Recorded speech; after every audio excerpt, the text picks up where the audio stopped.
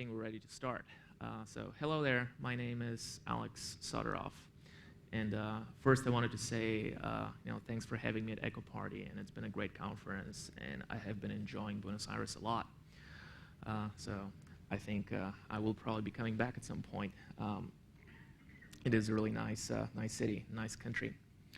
So this talk is going to be about reverse engineering cross-site scripting filters, and specifically about reversing them with a black box approach, which means reversing them without having the code to analyze.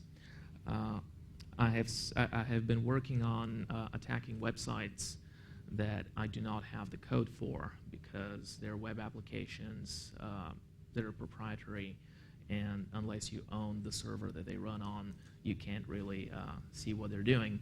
So the approach that I have been using is to send various test cases, look at the results that I get, and based on that figure out how exactly the cross-site scripting filtering is being done. So why are we talking about this? Well, certainly there are a lot more. There are many other interesting areas to research, and I have done a lot of work on low-level exploitation and assembly, shellcode, that kind of stuff. But I do believe that web applications are the future. I don't know if we're going to have flying cars that can travel through time in the future, but we'll certainly have a lot of web applications. So hacking web applications is going to be a major part of what we're all going to do in another 5 years, perhaps. Unfortunately, or maybe fortunately, hacking web applications is very different from the standard type exploitation. And the big differences are, first, that the environment is completely different, but also that typically you don't have access to the code of the application. You can only interact with it remotely, so you need a very different approach. Cross-site scripting is the specific vulnerability that I'm going to focus on in this talk. Cross-site scripting is not that exciting. It's kind of simple. It's the equivalent of string copy buffer overflows in web applications, but it is a very good vulnerability to illustrate the concepts that I'm really talking about.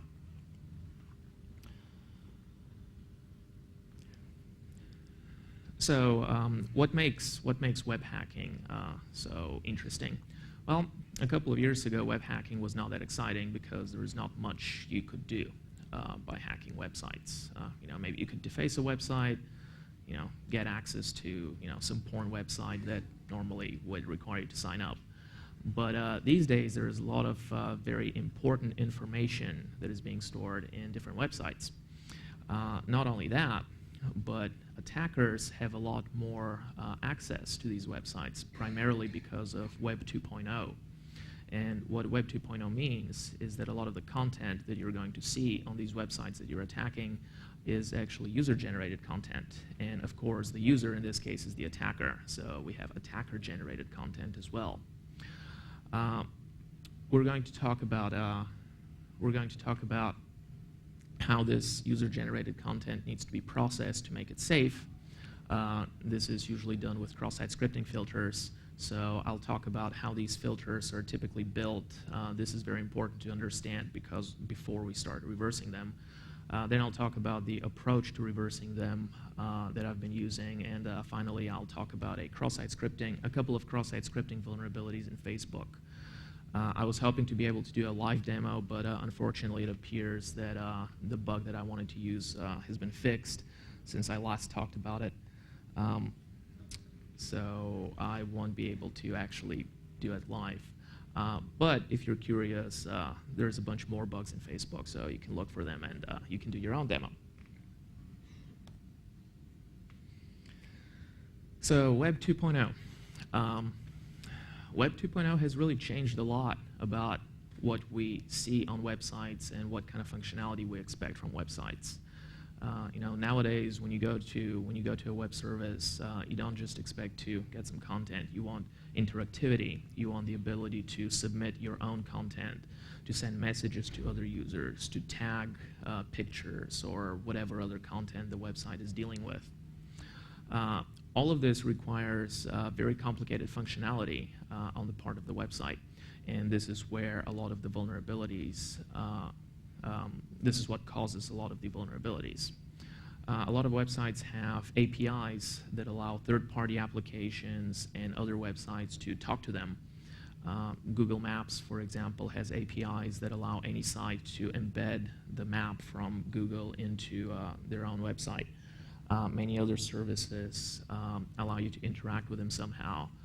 This also allows for the so-called mashups, which means taking the content from different sites and combining them together. And a lot of this content that is being pulled from different sites is not really that trusted. For example, if you're using an RSS reader, such as a Google Reader or one of the other web-based RSS readers, the actual content that these readers are pulling from the blogs and displaying is not trusted. So if one of the blog authors inserts something that triggers a vulnerability, a cross-site scripting vulnerability in your blog reader, they'll be able to exploit you. So because of all these factors, we have a much larger attack surface than we had in the past. So there's a lot more vulnerabilities to be found. And also, I think the vulnerabilities are getting a little bit more complicated and hence a little bit more exciting for people like us to look for and to work with. So what is this user-generated content? What does the user-generated content typically consist of? You have the most basic one is just text. Any message board on the internet will accept some kind of text and display it. There's not much you can do with text in terms of exploitation. But a lot of users demand more rich functionality. They want to be able to insert images, perhaps some scripting content, multimedia, animations into their messages or posts or whatever other content they're putting up on the website. So to allow this, you have functionality like BB code and the Wikipedia markup, which allows you to do richer markup in the content that you submit. Some sites allow you to do limited HTML. They only allow certain tags.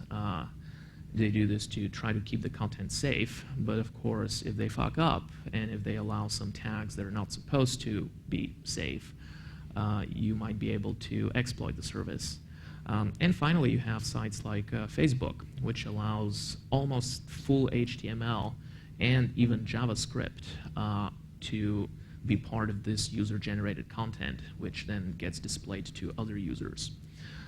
This requires a very, very good filtering system to make sure that none of the HTML and JavaScript that you submit contains something that's unsafe. And this filtering system is what we will be exploiting later. You can also do, on a lot of services, you can do images, Flash, multimedia files, and these have tons of vulnerabilities in them. And they're especially useful if you actually want to attack the client. So for example, if you have a vulnerability in Flash, in the Flash plugin, you will be able to put a Flash movie up on Facebook or some other site, and then every client that goes there will be exploited.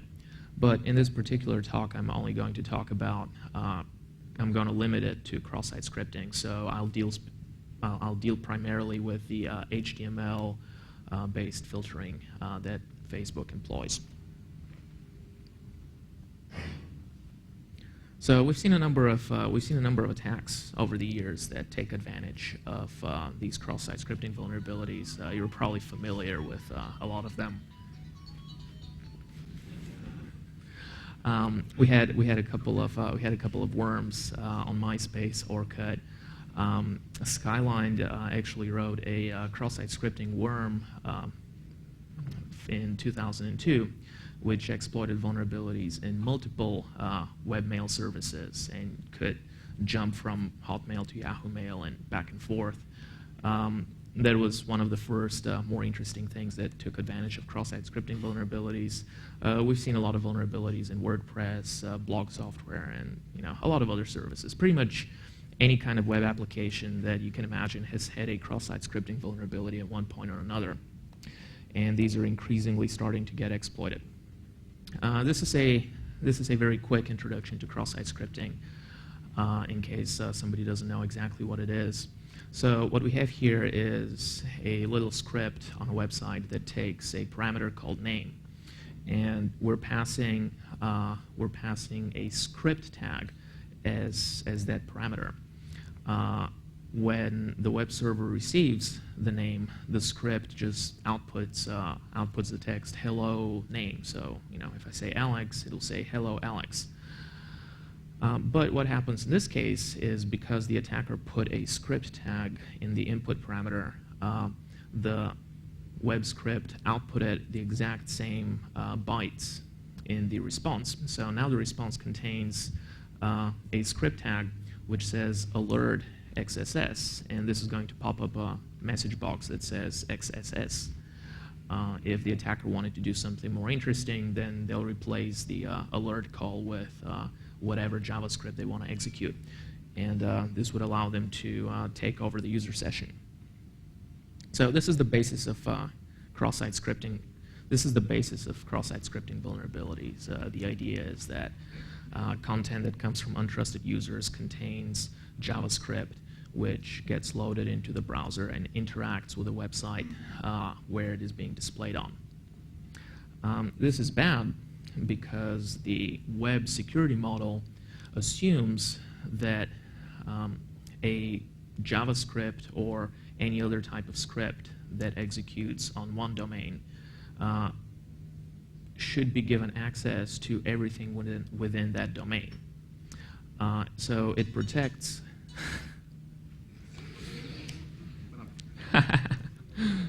It's okay, don't worry about it. So the web security model protects websites on one domain from accessing the content on websites on another domain. So if you have your online banking service open in one browser window, and you have Facebook or some other site open in another window, Facebook cannot access anything that's in the online banking site. But if we can inject JavaScript code into the online banking site, then that JavaScript code will be able to access a lot more. So what can we access? Well, we can read all the contents of the page that is being displayed. So all of the data that comes from that page can be read and transmitted to the attacker. We can also capture keystrokes on a web page. So while you're typing your password or any other kind of sensitive data, it can be captured. We can get authentication cookies, which might allow us to completely hijack the user session. And also, in recent times with XML HTTP request, we can actually do arbitrary HTTP requests to the same domain. This allows the evil JavaScript that we injected to completely impersonate the user. So basically, everything that a user can do in a browser, the cross-site, the script that we injected can also do. So this gives us, a lot of power. To prevent these types of vulnerability from happening, the web application designers and programmers had to do something. So what they typically do is they allow user-generated content, but they try to remove all the bad stuff out of it. So they try to filter it. Well, filtering seems like a pretty simple thing. You know that JavaScript is bad. So if you're writing a message box, if you're writing a forum application, a message board, it seems pretty simple to just say, well, we're not going to allow JavaScript, so we're just going to remove all the script tags, because this is where JavaScript is contained.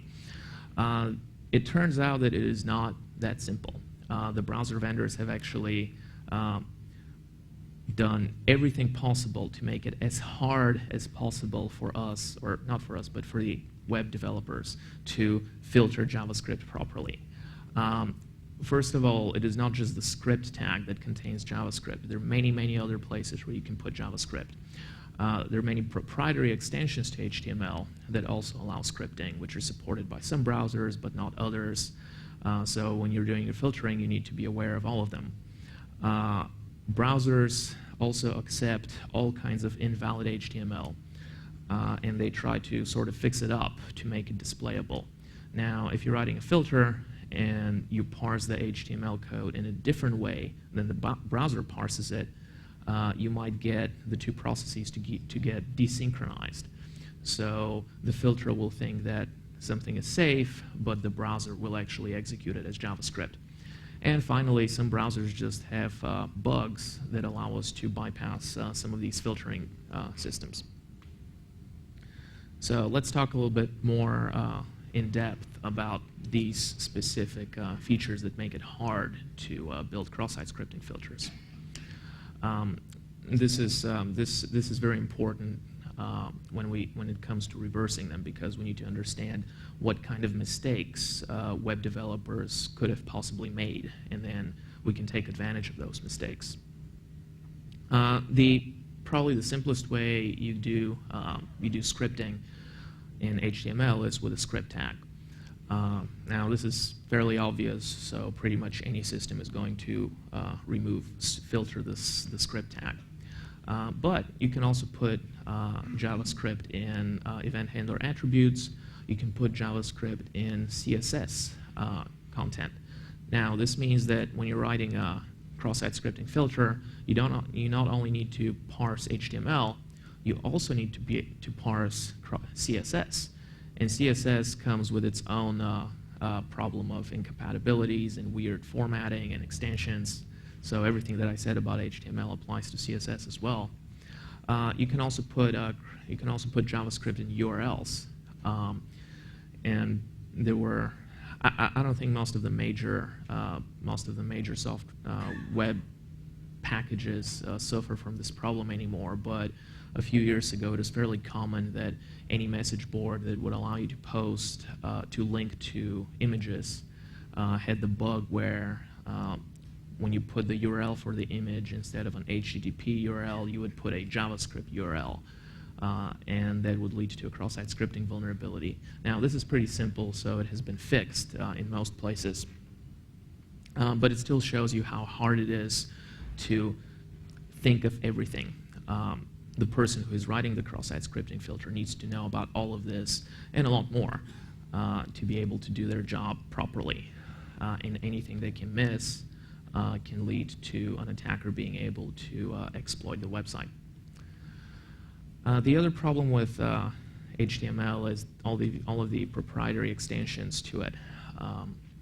Most of them are Internet Explorer, and Netscape was also guilty of that back in the day, but Netscape is no more. So now Internet Explorer is the major offender there. So what we have is a number of different extensions, like the XML data islands, which Internet Explorer accepts.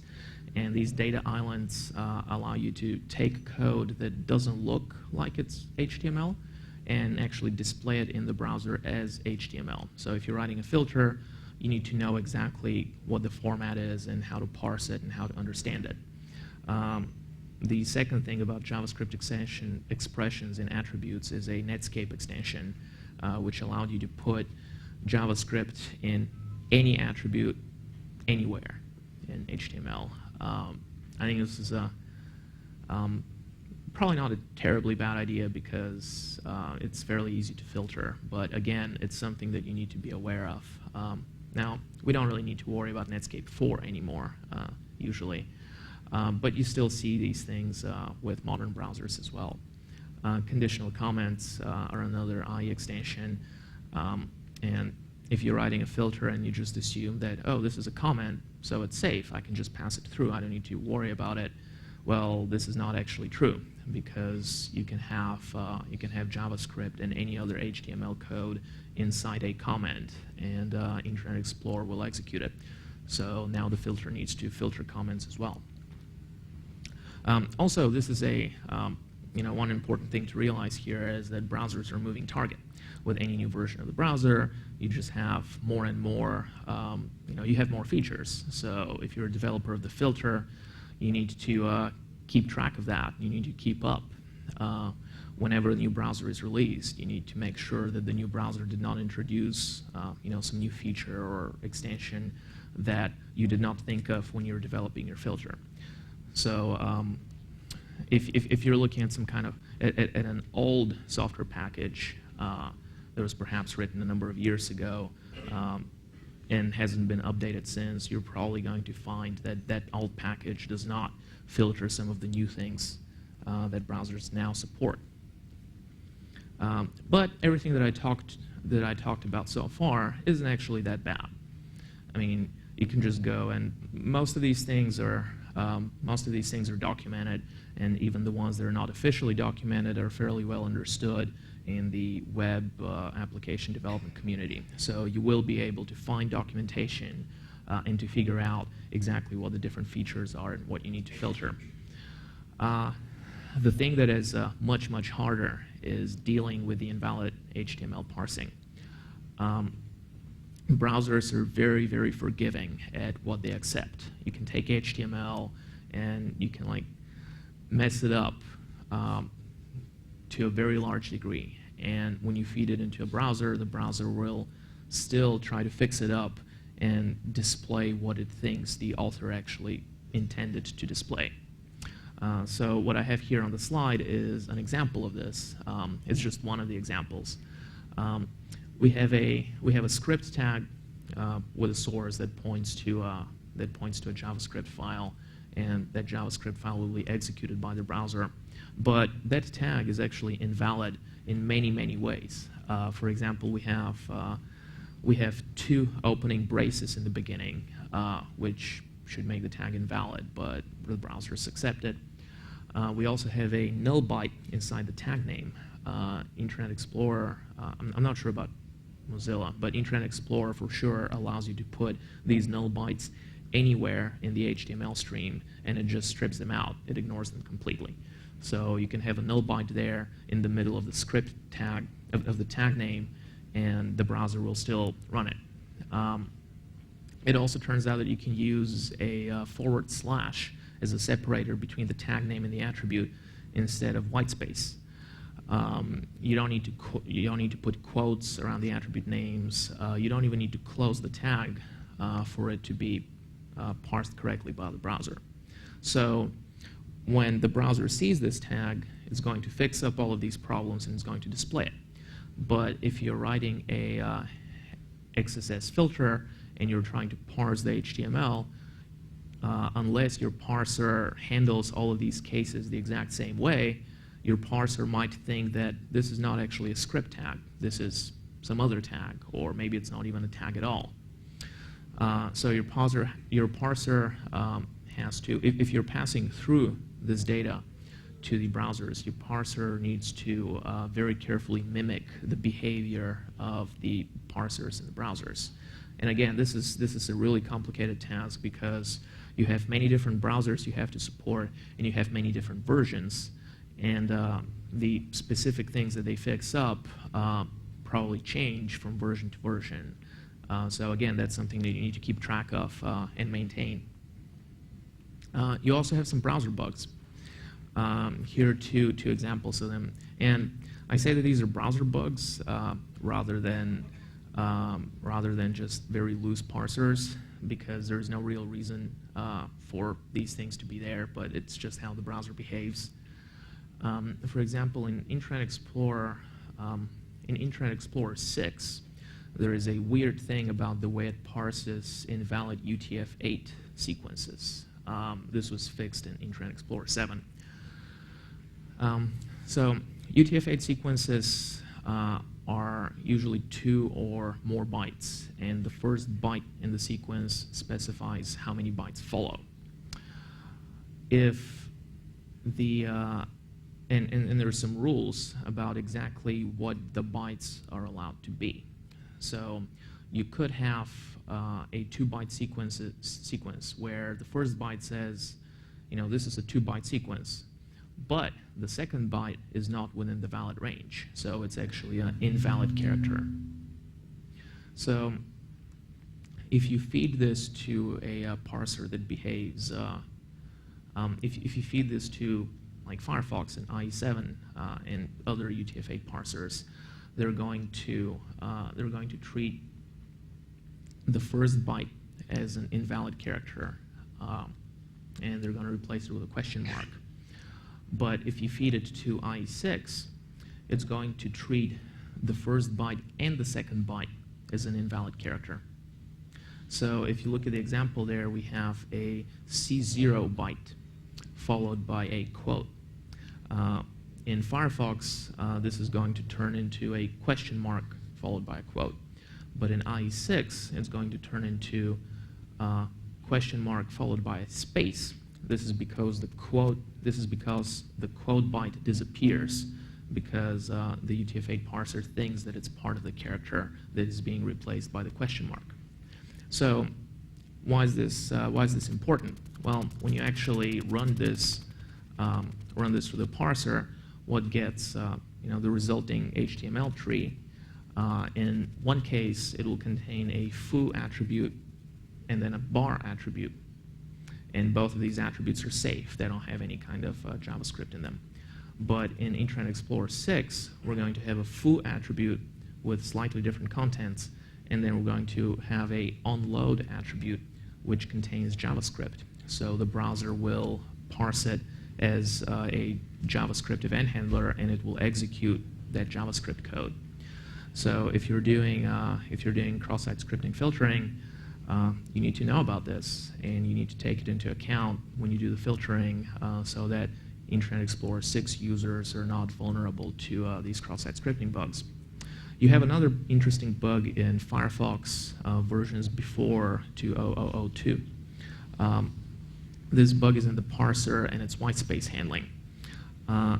If you send it this body tag that I have on the bottom of the slide, we have the word onload followed by a bunch of non-alphanumeric characters, and then some JavaScript code. So in all the other browsers, this will be interpreted as a long attribute with a very weird name. It's like the name will be onload and then some strange characters. So the JavaScript will not be executed. But in Firefox, all of these characters, for some reason, count as white space. So when Firefox parses that HTML tag, it will see an onload attribute, and then it will see the JavaScript inside the onload attribute. So it will execute the JavaScript code. So these are just, this is in no way exhaustive. There are many other there are many other cases of vulnerabilities like this. I'm just trying to point out how hard it is to actually do the filtering properly. So now that you know all this, how are you going to build a cross-site scripting filter if you had to build one? Well, the first thing that people do is they try to write a string matching filter. So the string matching filter is basically a regular exception that looks for some stuff that is known to be bad and tries to remove it. So for example, over there we have a regular expression that removes the script tag. Unfortunately, string matching is a very poor choice for cross-site scripting filtering, and there are many possible ways you could bypass it. One of the funniest ones is if you do this thing, you have the script tag inside another script tag. So when the filter runs the first time, it's going to remove the first script tag, and if they only run it once, you're still going to have a script tag that gets allowed. So any kind of string matching filters, you actually need to run multiple times. And running it twice is not enough either. You actually have to run it until the output stops changing. Yeah, and it's kind of, I don't know, perhaps if you run it until the output stops changing, maybe the attacker can construct some HTML tags that turn this into an infinite loop. So the string matching filter just keeps running and the output keeps changing. So another big problem with string matching is that it uses a blacklist approach. So you remove the stuff that you know is bad, but perhaps you don't know all the bad things. So you might let something go through. So string matching is a bad idea. Don't do it. And if you find a web application that uses string matching to remove stuff, it's probably fairly easy to exploit. Unless they remove like practically everything. If they only leave the letters from A to Z and strip everything else, then that's probably safe. But if they actually try to allow some tags but not other tags, then you can probably own that application. So a better way to do it, and this is what some of the more sophisticated web applications do, is they actually try to parse the HTML. And they try to build a complete HTML parse tree with all the tags and attributes as HTML nodes. So here we have a little HTML fragment, and when that fragment gets parsed, you're going to get a tree like this. You see the body tag there, which has an onload attribute with the text of the attribute. It also has a script tag and a p tag. So once you build that kind of tree, you can iterate over the tree, you can traverse the tree, and you can remove all the specific things. And you will know that the onload attribute is called onload, and there is no way to fool you because, right. So this is a much better way to remove things, from the HTML. But there's still one problem with it. Once you remove the elements from there and you start outputting them, if you just pass all of the text through, if you output it without re-encoding it, you might actually output something that you did not intend to output. So, for example, if the text of one of the attributes contains some angle brackets and maybe some quotes, and you just output that text directly, those quotes might terminate the attribute, and then you might escape from the attribute and start building another tag. And this would be bad. So what you need to do, when you build a cross-site scripting filter is, when you build this dump parser, you also need to do the output and canonicalize everything that you output. So, for example, when you're outputting an attribute, you need to escape all the special characters that need to be escaped in attribute values. The same goes for tag names and just all the regular text. And this escaping is much, much easier than actually trying to filter out the non-escaped stuff. So if you do this, you're going to be in a pretty good shape. And Facebook actually does this. So, they've thought about it, at least to some extent. Now, the final thing that you need to try to do, if you can, is use whitelisting instead of blacklisting. The problem with blacklisting is that you remove the known bad stuff, but if you miss something, if your blacklist is not complete, then you still have a vulnerability. Whereas with whitelisting, you're only allowed the things that are known to be safe, and unless for some reason they change, something that used to be safe turns out to be not safe in a future browser version, that's the only case where you're going to run into a problem. This is one of the cases where Facebook fails. They do use whitelisting for some parts of their filtering, but not all of them.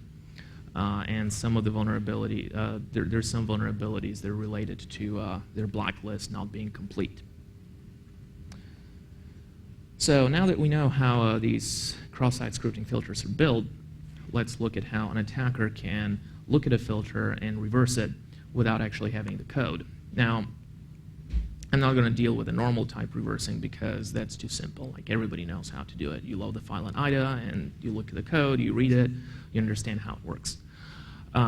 If you have remote web applications that you don't have access to, now things get much more interesting. You cannot just read the code. You cannot read the binary either. Fuzzing would be one way to find vulnerabilities there, but in a lot of cases, you can't really fuzz without, calling attention to yourself. You can't send, or you're just going to overload the application. Maybe you can send 100 requests per second, which is quite a lot of requests. But if your fuzzer is kind of stupid and it needs, hundreds of millions of requests until it finds a bug, then it's going to take a long time. And also, if you're doing this on a site that doesn't actually like to be fuzzed, they might have, they might just block your account. They'll notice that you're sending too many requests. So it's going to look like a denial of service attack. And it might actually cause denial of service, which is something you probably don't want. So you need to find a way to do it by sending data and inspecting the output, but without sending too much data. You only want to send like a very limited number of test cases. So this is what I call black box reversing. Come on, yeah. And so here we have this is the basic approach to reversing these filters that I've been using. So first you try to think about how would the filter work, if I had to write it. This is why I did the previous part of the presentation where I talked about how these filters are actually built. So you come up with an initial model of the filter. Then you generate some test cases to run through the filter. You run them through the website and you see what the results are. Once you get the results, you check whether they match your model. If they match your model, then everything's good. If they don't match your model, then you update the model. And you keep doing this iteratively until you have like a complete model. Perhaps it can never be 100% complete, but it can be large enough to cover all the cases that you're interested in. For example, you might start by trying to figure out whether this is a string matching filter or if it's a HTML parsing filter. The way to do that is, there are many ways to do this, but one of the sample test cases could be if you can find a place where the filter makes decision based on data that it hasn't seen yet, like data that's forward in the stream, then this means that they're not just parsing the stream linearly. It means that they're loading the stream into a parse tree perhaps, and then looking at whole parts of it. So this is how they can take into account, future elements. So that's one way to do it. You can also just if you find some vulnerabilities, for example, the string matching vulnerability that I described, where you have a script tag inside another script tag. That's, if you find that the filter you're looking at has that vulnerability, you know that it's a string matching filter. It cannot be a HTML parsing filter. So you can have a set of these test cases that you send, and based on them, you kind of have a binary decision tree. So if this test case returns, true, then the filter is one of those. If it returns false, the filter is one of those. So you can sort of narrow down the type of the filter, and then you can actually start looking at the specific implementation of the filter. Here's an example of how to do this. This is a little Ruby script that generates a test case. It iterates through all the bytes from 1 to FF, and it generates a p tag with that character and then followed by an A. So when you send this to, and let's say that the filter you're reversing, you know that the filter removes the tag with the name A. So when you send this test case, you'll see that some of the A attributes, some of the attributes have been removed, but others have not. This is because the characters that are counted as white space in the filter will lead to the filter parsing this as a attribute and then removing it. But the characters that count as a part of the attribute name will change the attribute name so it's no longer A, and it will no longer be filtered out.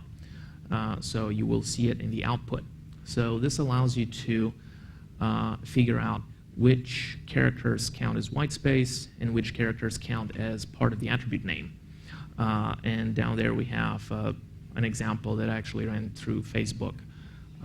So the tab characters and the new line characters and the quotes count as white space in that case.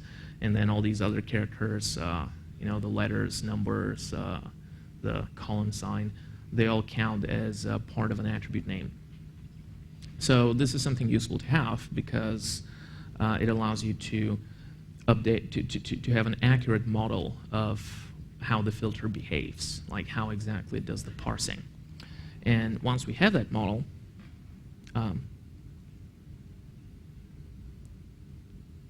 actually before that, a small diversion, I have this script that I wrote. I called it refilter because it reverse engineers filters. This script is, it's a little Ruby script that generates a bunch of these test cases. And so the test cases are not random. I have specifically designed them to give you some kind of useful information. And then it has a modular system, so you can plug in modules for different applications. And I have a module for Facebook, and the module implements all the functionality that's needed for sending data to Facebook and receiving the result and understanding, basically interacting with the web service. So you can have different kinds of web services, web applications, and the module handles all that application-specific stuff. And then the test generators just generate different types of test cases. So I have this, it's up on my website. I'll give you the URL if you want. So it's a fairly simple script. It's more of a proof of concept or a prototype. It doesn't actually do that much, and you can probably write something similar fairly quickly. But I think it's just a good example of how these things can be automated. I think the best part about the refilter script is that with a simple command, I can tell it to run all of the test cases against Facebook and collect all of the information in sort of in a directory in a bunch of output files. And a week, so I actually did this. I reported a bug to Facebook some time ago, and before I reported the bug, I had, I ran my test and I had this output directory, and then after I reported the bug, I just ran the single command that ran all the tests again, and it gave me another set of output files, and then I just diffed the output files to see exactly what they changed in order to fix my bug. So I did this, and I found that they didn't actually fix the bug completely. They only fixed it in one of the cases, but they messed up another one. So an hour later, I had another bug report for, hey, you missed this, you're stupid. Yeah, I didn't actually tell them they were stupid, but I think they got it. So what do you do once you have the model? Well, once you have the model, you can fuzz it locally. That's actually kind of fun. You can implement a filter that behaves the exact same way, and then you can run your fuzzer against your local copy. And if your local copy is accurate enough, you might actually find some bugs through fuzzing, and then you try them against the real filter that's sitting remotely on the web server, and maybe the same bug will be there too. That's a fun thing to do. If you actually want to, use your brain more, you can, more than just simple fuzzing. You can actually build a grammar for all the valid output that the filter allows, and then you can also build a grammar for the for the JavaScript that the browser accepts. And when you have the two grammars, you can compare them. And if you find any valid sentence that's valid in both grammars, this means that you found something that can go through the filter and the browser also accepts it. And now, how do you build a grammar for what the browser accepts? Well, you can use something very similar to the refilter script. You can actually build a bunch of test cases, feed them through the browser automatically to get a complete list of everything that the browser accepts. So there are two. Now this is more conceptual. I have not actually. I mean, this is how I think about it when I do it, but I've only done it manually. I have not actually automated this process. And I think it'll be a very interesting research project for somebody to sit down and figure out how to automate it. I'm pretty sure that you can automate the step that extracts a grammar from a remote filter. You can automatically generate these test cases and then update your lexer and your parser models based on the results that you get. Also, comparing the two grammars is something that can be done automatically. So, if somebody wants to do if some graduate student somewhere wants to do a research project on it, I think this will be kind of neat. But I think it'll be quite a lot of work to actually do it. So now that we covered sort of the conceptual model of how you reverse engineer these cross-site scripting filters, I'll just give a simple example of finding these bugs in Facebook. Actually, this whole work started just because I joined Facebook and I was looking around and I wanted to see if I can find any vulnerabilities in it. So I just played around with it a little bit. So Facebook allows you to create third-party applications that interact with their platform. These applications have the ability to create content that gets displayed to the users. Now, this potentially leads to cross-site scripting vulnerabilities if that content is not filtered properly, because the third-party applications come from anybody. Like anybody can just sign up to be a Facebook developer and create an app. So Facebook has this special version of HTML that they call FBML. It's basically the same as HTML, but some of the tags are not allowed, and there's some restrictions on style sheets and scripting. They also allow. Because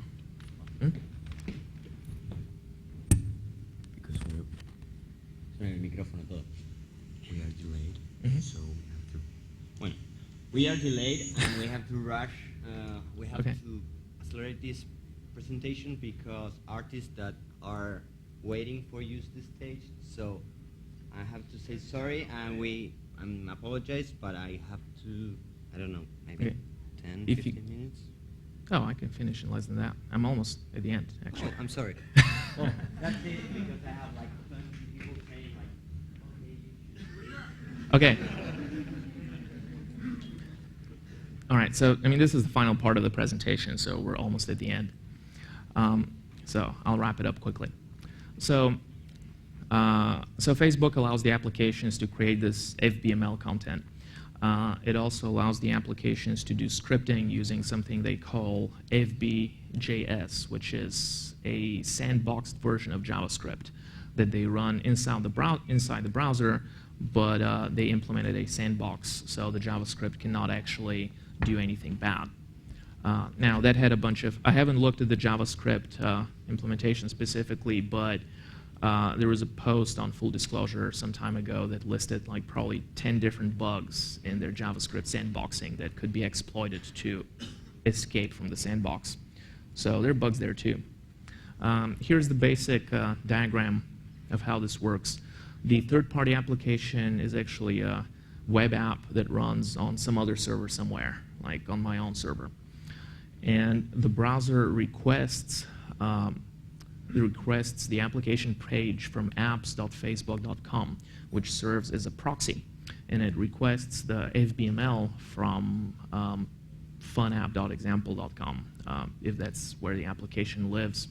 The FBML gets processed by the proxy and it gets turned into HTML after all the filtering is done. And then that HTML goes to the browser. So if there's any vulnerability in that filtering that happens in the proxy, we'll have a cross-site scripting bug. So I used my refilter script to run my test cases through Facebook. I had the script running on the same host where my application was. So the script would generate an HTML file, and then I would send a request through Facebook for that file. Facebook would get the file, translate it, do the filtering, and then send me the result. So basically, I could, I controlled the input for the filter, and I could see the output of the filter. And with that, I found a couple of bugs. One of them was the invalid UTF-8 bug, which I described how it worked a few slides back. If you had invalid UTF sequence, for example, one that starts with a C0 byte, Facebook would it would not filter it, so it would think that it's just part of a normal attribute and let it through. And the problem there is that Facebook claims to send valid UTF-8, but they don't actually enforce the UTF-8 validity. So an application could send them invalid UTF-8, and they'll just pass it through instead of parsing it and properly handling it.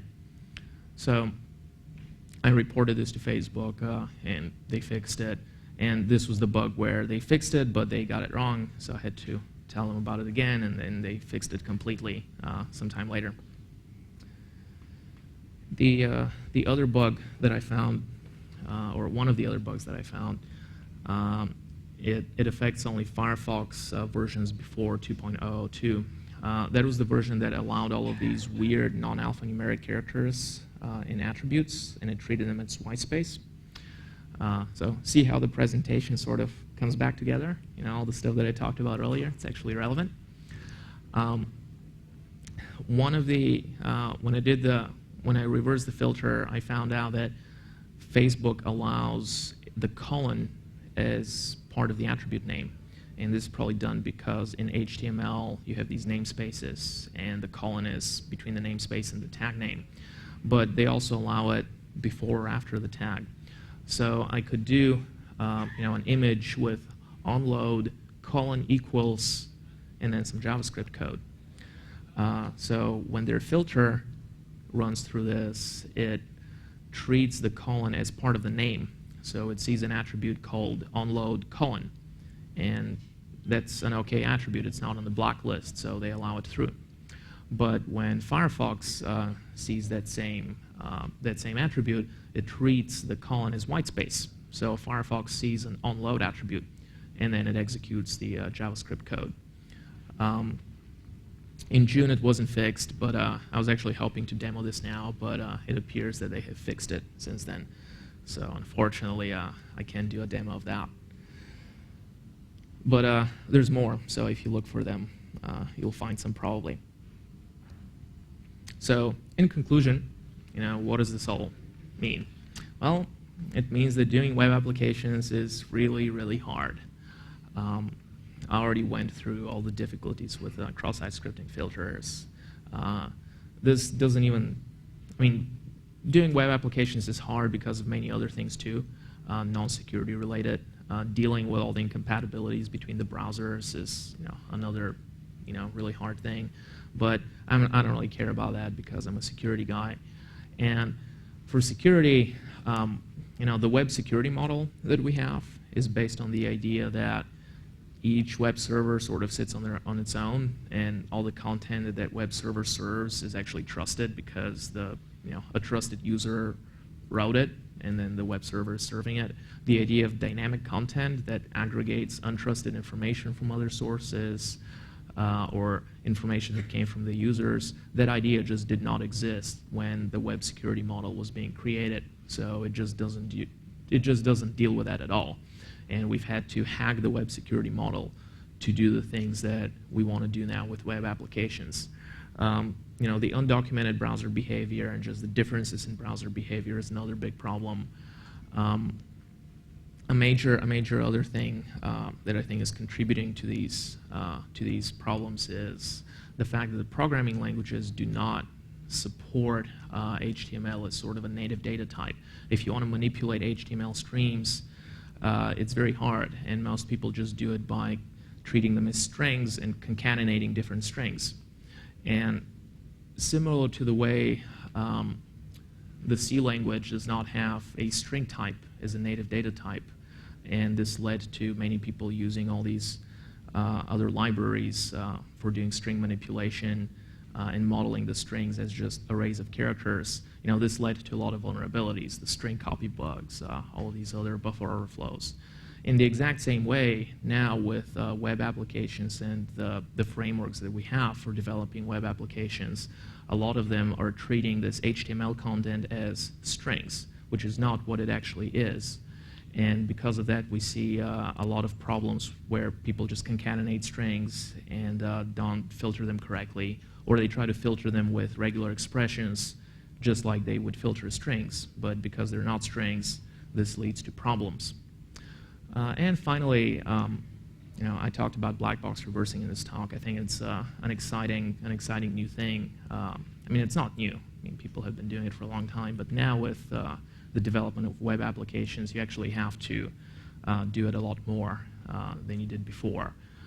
Most web applications that are out there, that's the only way you can reverse them, unless you can actually own the server and get the source. But that's harder.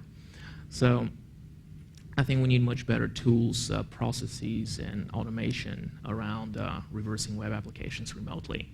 And I'm hoping to sort of push the community towards that and get more people thinking about these problems and see what we can do.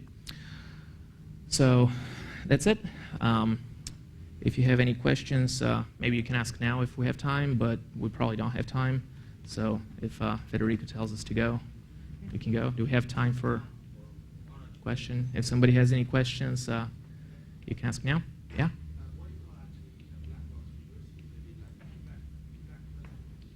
Hmm?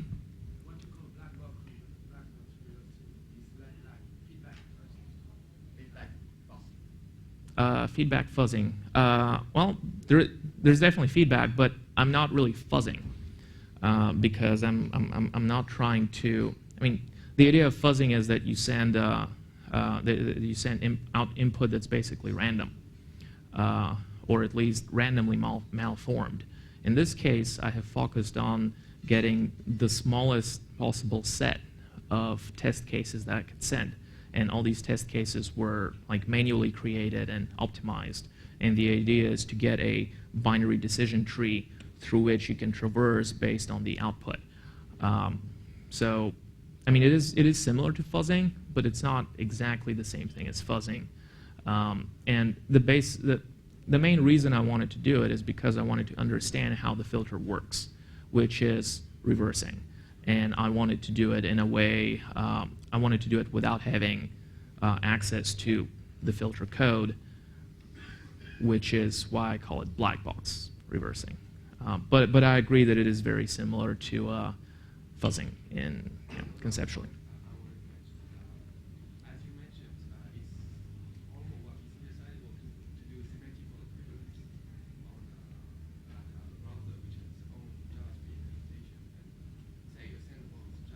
Mm-hmm.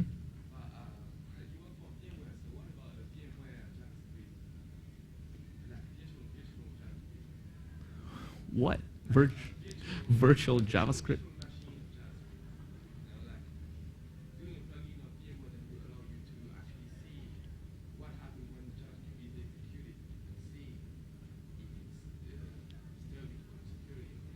Oh. Well, you don't actually need a.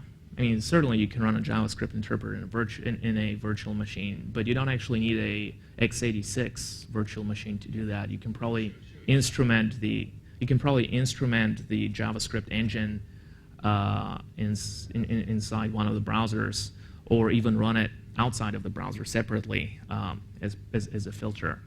And once you instrument the JavaScript virtual machine, you'll know exactly what it's seeing. But again, you have a problem there. If you do this with, probably you're going to do this with the Firefox Java runtime or JavaScript runtime. But when you do this, you're going to miss all the things that Internet Explorer is going to do.